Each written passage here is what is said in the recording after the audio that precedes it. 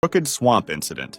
It was March 27, 1982, and Donald Weltner, along with his two sons Christopher and Roger, were about to lead a group of 12 Boy Scouts on a day of cave exploration. This wasn't Donald's first time caving, and even though the passages in the Crooked Swamp cave system were notoriously narrow, he wasn't too concerned. Donald was bigger than the other participants, so if he could get through, the rest of the group could too. At 2 o'clock, they entered the cave through its 16 by 28-inch entrance and stopped in a room inside. Donald was on the eastern side and noticed several smaller tunnels leading from the room. However, because they weren't sure which passages would be too narrow, Donald decided to check one. It involved a tight squeeze but appeared to open to another section, so he tried to push through. The squeeze measured 18 by 20 inches, so tight that he couldn't move his arms backward or lift his head to see ahead. He was followed by his sons, and while moving forward thanks to the mud making the terrain slippery, he reported back to them what was happening. Everything seemed normal until something unexpected occurred. As he pulled himself along, he realized the ground below him was disappearing. Donald slipped down into a tight crevice, and the slick mud prevented him from stopping his slide. His hands were trapped, leaving him no leverage to pull himself up. Making matters worse, the path angled about 30 degrees, so he had to fight against gravity. The crevice was just 5 inches wide, and the slippery mud caused his body to settle more and more. He told his sons to pull on his feet, but after several failed attempts, he told them to get the other adult in the cave, Jim. After a while, Jim also realized they wouldn't be able to free Donald on their own. Donald explained that some rocks had loosened when he slid and were now wedging against his body. Each time they tried to pull him backward, the loose rocks would slide forward and block the passage. Jim exited the cave to call for help. Cave rescue specialists and the police arrived, and because only one person could squeeze into that narrow space at a time, they tried using ropes to free Donald. This didn't work either, so they brought in tools to try breaking some of the rocks. However, given how tight the space was, hours of work led to only small breakthroughs, and Donald's situation grew worse. He was thirsty, hungry, and in a very cold environment, so hypothermia was a major concern. The cavers considered entering from the other side to give Donald food and water, but they found that the passage leading to where he laid was extremely narrow. Only 2 very small cavers, sisters Lynn and Nancy Taylor, were able to fit, but even then, they couldn't reach Donald's head. This meant there was no way of delivering supplies, so rescuers had to act quickly. They decided to dig from above ground, down to where Donald was stuck. The process lasted all day Sunday, getting them close to the required depth. Unfortunately, though, they were about 12 feet away from Donald's position, so they needed to dig laterally. Meanwhile, Donald began giving only grunting responses, which indicated he was likely suffering from hypothermia. On Monday morning, as 2 days passed from when he got stuck, the digging continued, but the team encountered another problem: extremely hard bedrock layers that were impossible to dig through. At this point, they weren't sure if Donald was still alive, so they sent a nurse into the cave with a handheld Doppler machine to see if he still had a pulse. She couldn't detect one, but this wasn't definitive proof of death, since she only had access to his very cold legs. Sometimes, the body's core organs can continue functioning after the extremities have stopped registering a pulse. Seeing how quickly Donald's condition was deteriorating, rescuers started using their most extreme tools, including dynamite, which was extremely risky but appeared to be the only option left. On Tuesday morning, they finally managed to reach his location, and a doctor was sent in immediately, but as many feared, Donald had died. It took an entire day to retrieve his body, and an autopsy later confirmed he had succumbed to hypothermia sometime between Sunday night and Monday morning. Following his death, the cave system was restricted to limited access.